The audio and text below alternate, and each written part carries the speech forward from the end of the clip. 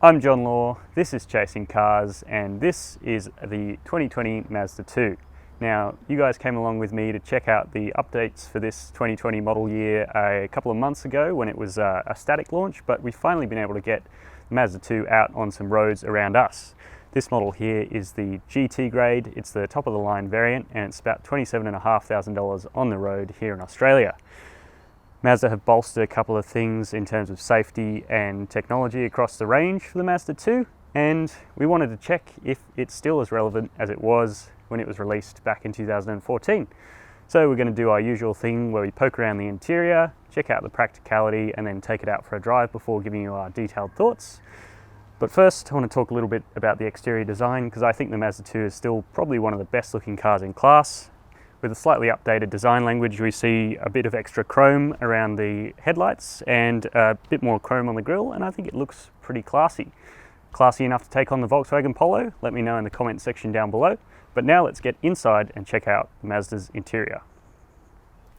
Now, inside the front seat of the Mazda 2, and there's some real glimmers of luxury in here. There's some lovely soft leatherette padding up here on the dashboard and down here around where your legs touch in cornering, and that's a couple of details that a lot of small cars really miss. Now, this GT model also gets a leather wrapped steering wheel and gear knob, and you do get Apple CarPlay across the Mazda 2 range now. That's because the Neo variant has actually been axed, so the Mazda 2 now starts at about $22,000 drive away. Other updates are pretty sparse in here, but you do have a lovely analog rev counter in front of you with digital speed readout, which I find to work really well. The GT gets a heads-up display as standard too. The 7-inch touchscreen up here works nicely. It's only touchscreen when you're standing still. When you're up at speed, you have to use the rotary dial to control that. You've got a manual handbrake, which a lot of cars have obviously moved to electronic parking brakes, but it's not a big deal.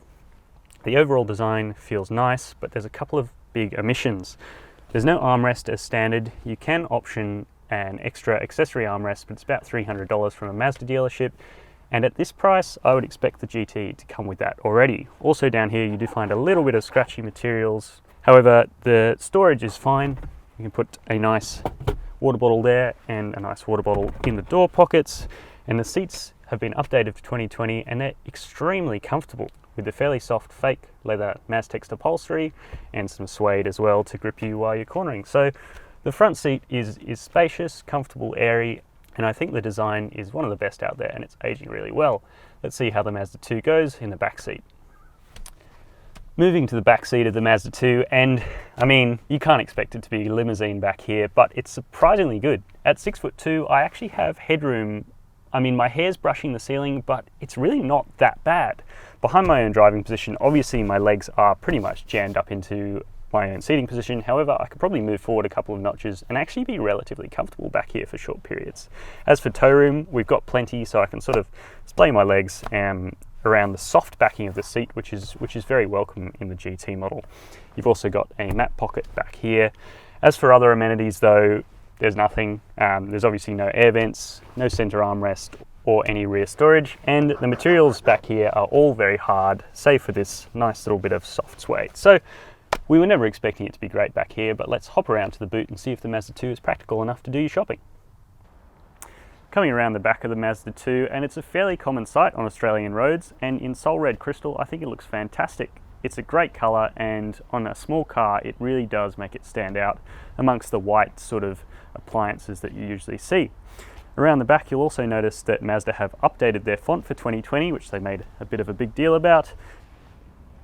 Now, opening up that boot lid, nice and light, you'll find 250 litres of space under there. However, there's a couple of issues with it. One being the load lip is extremely high. You have to reach up and all the way over to get stuff into the boot. And once you get stuff in there, there's not really any cargo hooks and there's no cargo net like you'd see in a European car to keep your shopping or other stuff secure in there. You do have a space saver spare tyre, but no underfloor storage. So overall, the Mazda 2's boot does a good job of being a boot. However, it is lacking a couple of amenities that you might find on other European counterparts, hint the VW Polo. But let's take it out on the road and see how it does. So, out on the road in the 2020 Mazda 2, and the good news is that this little car still holds its own against its competition. Obviously, things haven't moved on that much in the 6 years that this car has been out. Now, that all starts with the heart of this car, which is a 1.5 litre 4-cylinder engine. It's a Skyactiv unit, and it's the sole unit to power the rest of this range. It produces 82 kilowatts and 144 newton meters of torque. Both of those figures come fairly far up the rev range, so the peak power is at 6,000 RPM and the peak torque's at 4,000 RPM.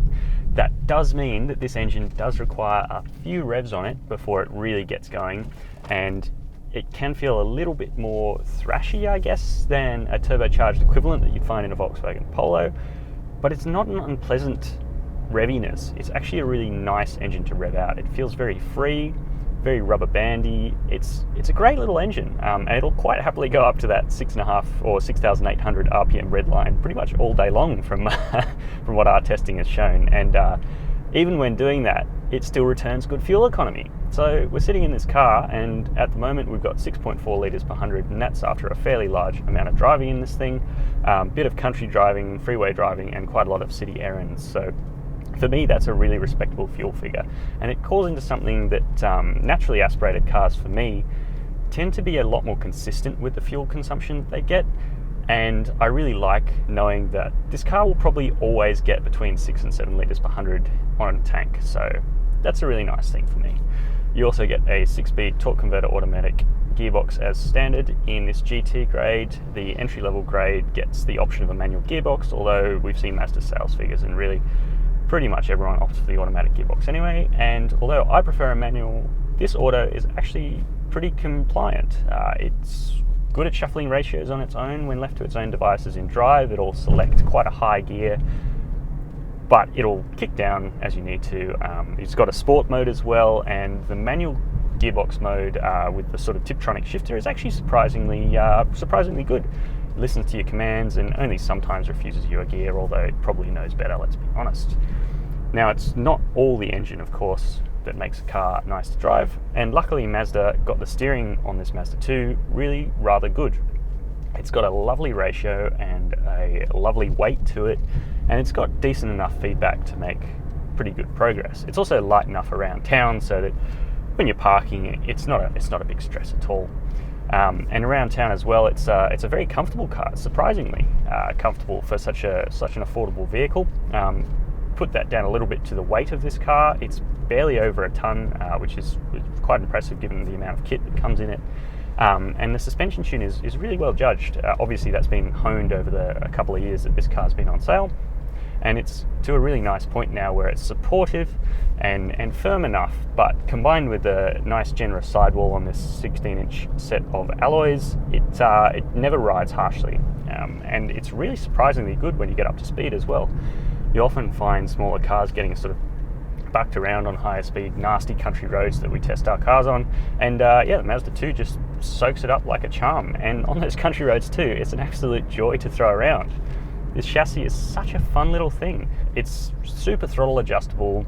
A deft lift of the throttle will just add a little bit of angle to your cornering, and it's just such a pleasant thing. Even on these low grip eco tires, it's really a joy to drive. Now, we're going to address some of the criticisms of the Mazda 2, which haven't changed much, unfortunately, over its time, and that is the NVH in this car. On smooth roads and at low speeds, obviously it's not a big issue, but on coarse chip and at high speeds with a little bit of wind buffeting going on, it can be quite drony in here, quite noisy. There's a lot of tyre noise that gets through into the cabin, and similarly there's a lot of noise of rocks being flicked up into the guards, and there's not much sound deadening in the roof. So when it's raining, which it has been a little bit for us here in Sydney the last week, you can actually hear it like sort of on a Colorbond shed. So it does erode a little bit of that premium feeling that this cabin does otherwise have in spades, because up at speed there's nothing you can hear moving around in the cabin. There's no rattling, which is again a very, very positive thing to see. Now, for 2020, there's been a bunch of other updates for the Mazda 2 range in terms of safety. The GT got most of the tech as standard already, but across the range you now get city speed, front and rear AEB. You also get rear traffic alert and the rear parking camera on the base grade. And this GT gets a albeit quite grainy, 360-degree camera, which does help with parking because it can be a slightly difficult car to see out of. Most of the time it's fine, but this A-pillar can be a little bit of an issue. There's things that can disappear into it's just slightly oddly placed. And the driver's side mirror, now this isn't an annoyance for everyone who's driven the Mazda 2, but the driver's side mirror just doesn't show a lot of stuff up. So you have to kind of rely a little bit on the, thankfully, standard inclusion blind spot monitoring to be safe on the road. So there's a couple of issues with it, but on the whole, the Mazda 2 is actually a really, really good car to drive, and I think a keener driver will not struggle at all to find things that are enjoyable about this car out on the road, because that engine is just such a peach. So those are our detailed impressions of the updated 2020 Mazda 2. The extra safety tech is very much welcomed. It looks better than it ever has done before. However, that price increase may be a little bit too much to bear.